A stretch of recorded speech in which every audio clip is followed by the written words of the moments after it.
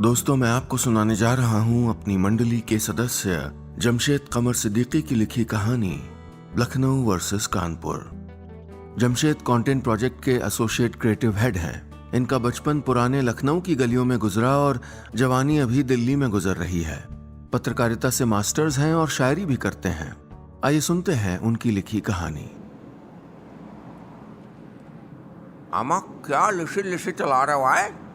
खींचो तेज से। कानपुर लखनऊ हाईवे पर चल रही कार में मुकद्दर मामू की आवाज गूंजी तो बाकी लोगों ने भी ड्राइवर की तरफ गुस्से से देखा। बाकी लोगों में एक थे फुरकान, जो ड्राइवर की बगल वाली सीट पे थे, और पीछे वाली सीट पे मामू के बगल में बैठी अम्मा। आओ क्या चलाओ तेज। लड़का लड़की से मिलने जा रहा, टाइम पे पहुंचना चाहिए ना। शादी का मामला है भाई। वैसे भी ये लखनऊ वाले बहुत काइयां होते हैं। आप जनाब करते करते ऐसी महीन बेइज्जती करते हैं कि कुछ कहने को नहीं। मुकद्दर मामू मुंह में भरा हुआ पान संभालते हुए बोले, अरे उनके आप जनाब की ऐसी तैसी है नहीं तो। लखनऊ वाले ना रंगे शियार होते हैं, रंगे शियार। हाँ, कुत्ता पहनेंगे कलफ वाला और अंदर बनियान में होंगे 72 छेद हैं। तकिया पे गिलाफ चढ़ाएंगे मखमल, और गिलाफ हटा दो तो चीकट।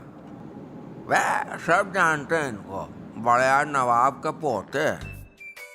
सब्बू रिश्ते वाले को लखनऊ का ही रिश्ता मिला था हमारे भांजे के लिए। 42-45 की उम्र वाले मुकद्दर मामू की लखनऊ से कोई दुश्मनी नहीं थी, लेकिन अगली सीट पर बैठे भांजे फुरकान के लिए वो लखनऊ से रिश्ता नहीं चाहते थे। बस देखिए, बात पसंद नापसंद की नहीं थी, पुराने जख्म की थी।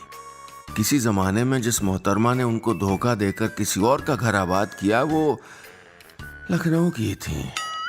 अमीनाबाद में कुल्फी वाले के पीछे था घर। उस दिन के बाद से तो मुकद्दर मामू ने अपने मुकद्दर से शादी की लकीर ही मिटा दी। और अब जब भांजे फुरकान का रिश्ता लखनऊ से लगा तो नाक मुंह टेढ़ा किए बैठे थे। वो जा ही इसलिए रहे थे कि रिश्ता किसी तरह कैंसिल करवा दे।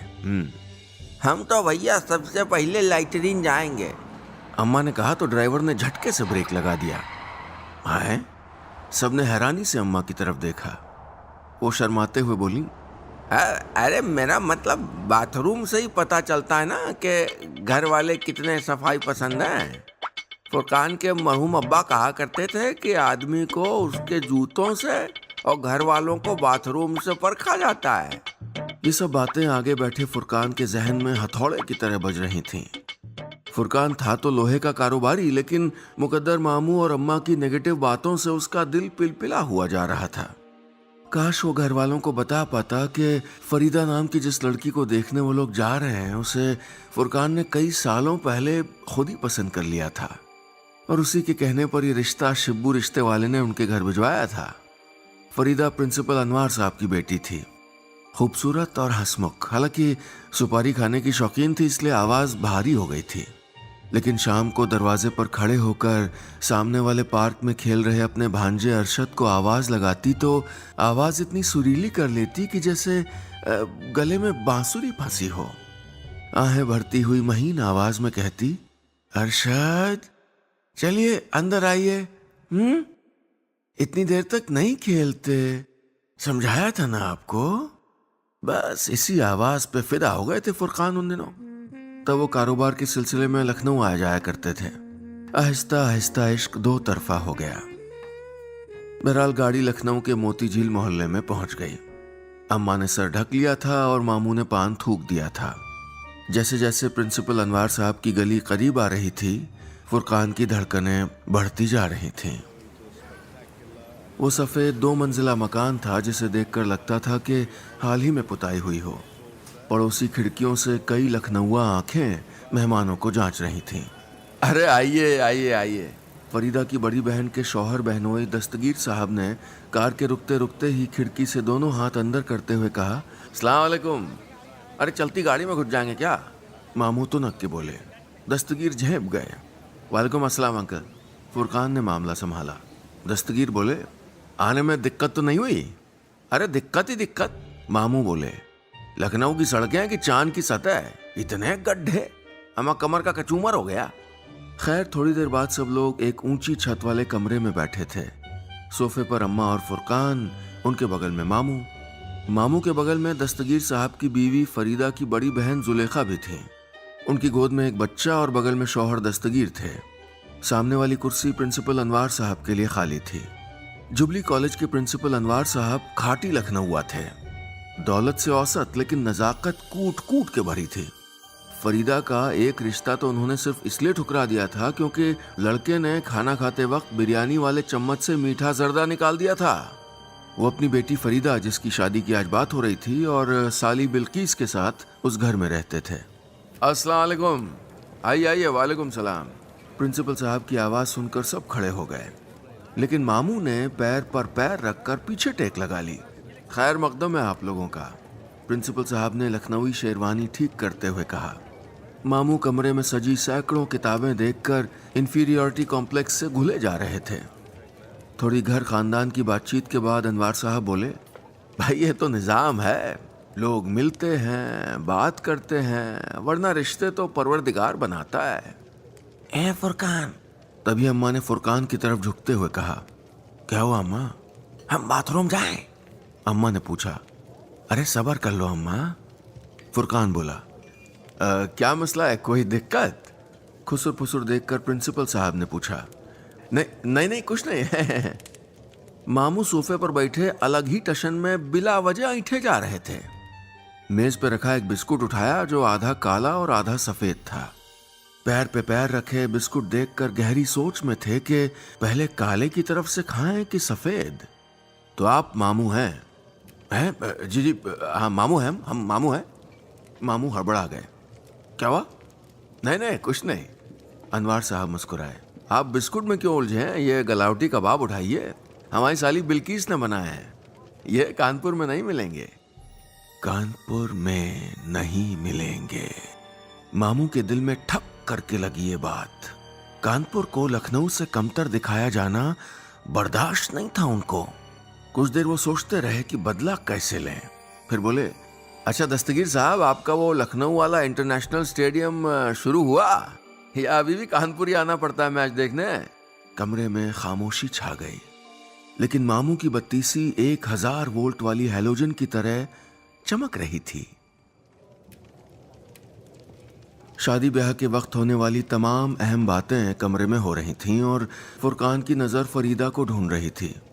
प्रिंसिपल साहब मुकद्दर मामू की बातें इसलिए झेल रहे थे क्योंकि फुरकान उन्हें पसंद आ रहा था। बीच बीच में मामू को छेड़ भी रहे थे, भाई कानपुर बहुत वक्त से नहीं आया, एक तो आपके एयरपोर्ट नहीं है इसलिए आना जाना कम ही होता है। प्रिंसिपल साहब की बड़ी बेटी जुलेखा की गोद में जो 2.5-3 साल का बच्चा था वो उसे खाना खिला रही थी। लो लो खाओ खाओ वरना अंकल को खिला देंगे, कहते हुए वो चम्मच मामू की तरफ बढ़ाती तो मामू बेचारे मजबूरी में हंसते हुए मुंह खोल देते। नहीं खाओगे? लो फिर दे दे रहे अंकल को, लीजिए आप ले लीजिए। मामू मुंह खोले हुए मन ही मन कोई भद्दी सी कनपुरिया गाली देते। ए फुरकान, अम्मा फिर फुसफुसाई। हाँ क्या है? बाथरूम देखा है? अरे पहले लड़की से तो मिल लो कि बाथरूम से रिश्ता कर लोगी। कमरे का माहौल आहिस्ता आहिस्ता हल्का हो गया। तभी सामने से पर्दा हिला। फुरकान का दिल धक से हो गया। नीले सूट में चेहरे पर घुमावदार लटें गिराए फरीदा हाथ में शाही टुकड़े की ट्रे लिए आ रही थी। आओ आओ भाई आओ। अम्मा समेत सबकी नजरें उस चेहरे पर अटक गईं। फुरकान के मन में तो फुलझड़ियां छूट रही थीं। तो नहीं खाओगे? खिला दे अंकल को, लीजिए लीजिए आप। जुलेखा ने फिर कहा तो मामू चिल्लाए, अरे नहीं खा रहा तो रहने दीजिए। हैं? फरीदा नजरें नीची करके कुर्सी पर बैठ गईं। अम्मा ने गौर से देखा और मुस्कुराकर पूछा, कुछ अपने बारे में बताओ बिटिया, पढ़ाई वढ़ाई शौक वगैरह। सबकी खासतौर पर फुरकान की नजरें फरीदा पर टिकी थीं। नीची नजरें किए हुए फरीदा मुस्कुराई और मुंह में भरी सुपारी जुबान से एक तरफ की। बोली, एमए किया है। My hobbies are listening to music and watching Hollywood movies. सब लोग फरीदा को देख रहे थे, लेकिन मामू जुलेखा की गोद वाले बच्चे को थप्पड़ दिखा रहे थे। देखिए फुरकान मियाँ, हम लोग तरक्की पसंद लोग हैं, आप दोनों चाहें तो अलग जाके बात कर सकते हैं, प्रिंसिपल साहब ने कहा तो फुरकान ने मना कर दिया। कुछ देर बाद खाना आ गया। मेज पर बिरयानी की ट्रे रख दी गई। ये बिरयानी भी फरीदा की खाला बिल्किस ने बनाई है। अनवार साहब ने बिरयानी की प्लेट मामू की तरफ बढ़ाते हुए कहा। बिल्किस अनवार साहब की साली थी जो शौहर के इंतकाल के बाद से अनवार साहब के साथ ही रहती थी। लखनऊ और कानपुर की बिरयानी में काफ़ी फ़र्क है, कहते हुए मामू ने अभी पहला निवाला मुंह में रखा ही था कि जुलेखा बोली, अरे कानपुर की बिरयानी भी कोई बिरयानी है, मिर्च भरा रहता है, हम तो कभी ना खाएं। फिर बच्चे की तरफ इशारा करके बोली, ये भी नहीं खाता। फुरकान का हाथ रुक गया।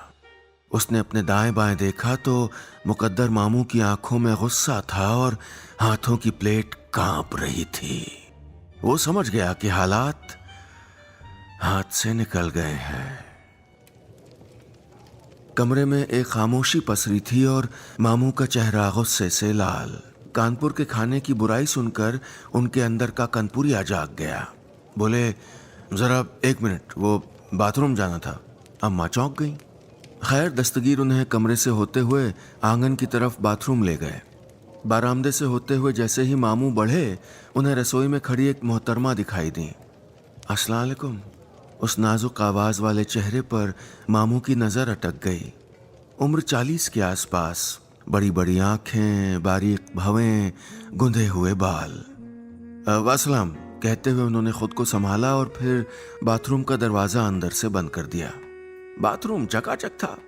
मामू ने एक जेब से निकालकर एक पुड़िया मुंह में डाली और जल्दी जल्दी मुंह चलाकर साफ दीवारों पर रंगीन चित्रकारी कर दी। फिर जूतों में फंसी मिट्टी टाइल्स पे पोंछ दी और बड़ी शान से वापस आकर अम्मा के बगल में बैठ गए।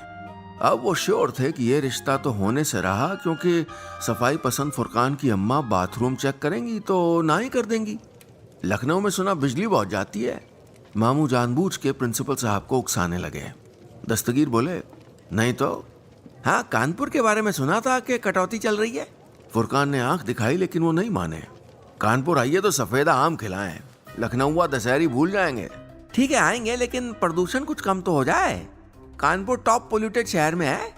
हाँ तो लखनऊ भी तीसरे ही नंबर पे है। हाँ तो पीछे तो है। हाँ तो अच्छा चमड़ा भी तो नहीं मिलता आप क्या? अरे तो चमड़े का क्या करना, कुलचे नहारी खाइए तो जानिए। हलवा पराठा मिलता है आप क्या सुबह सुबह? अरे जलेबी खा के देखिए, दही के साथ हलवा भूल जाएंगे। अरे जलेबी के साथ दही? क्या क्या खाते हैं लखनऊ वाले। कानपुर का हलीम ट्राई किया?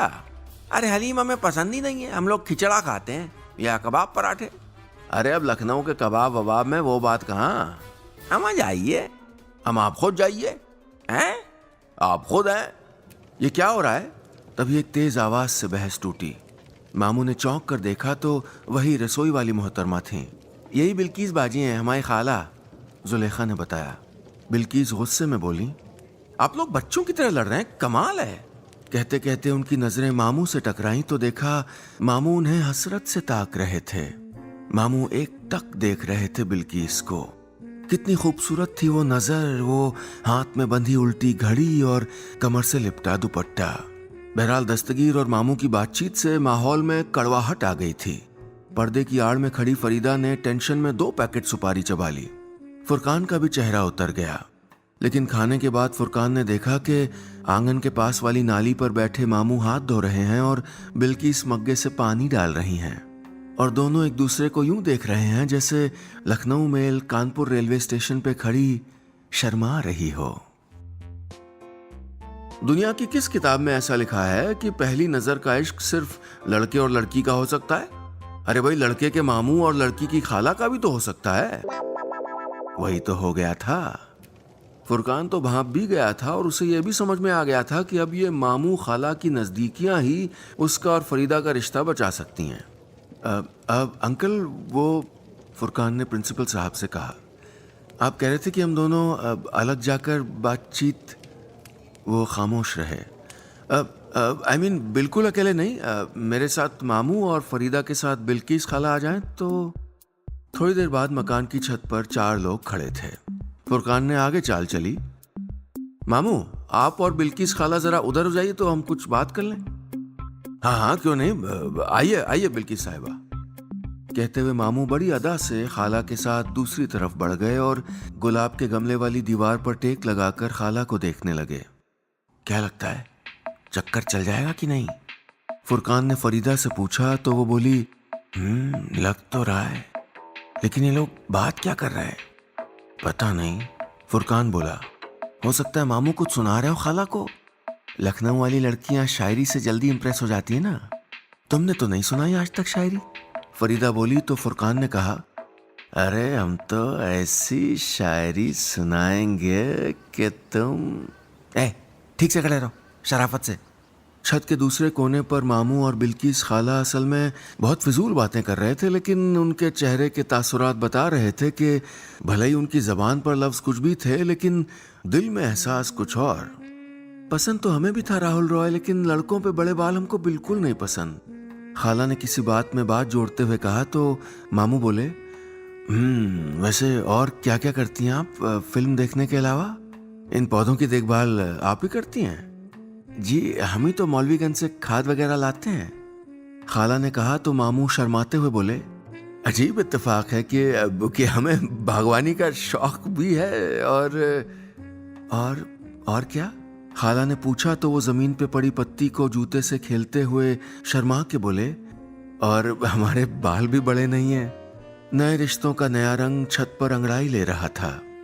थोड़ी देर बाद जब सब लोग नीचे आने लगे तो सीढ़ियों पर मामू ने फुसफुसा कर पूछा, क्यों भांजे, क्या फैसला है फिर? फुरकान बंद कर बोला, लड़की तो बहुत अच्छी है मामू, लेकिन फैसला तो आप बड़े लोग ही करेंगे।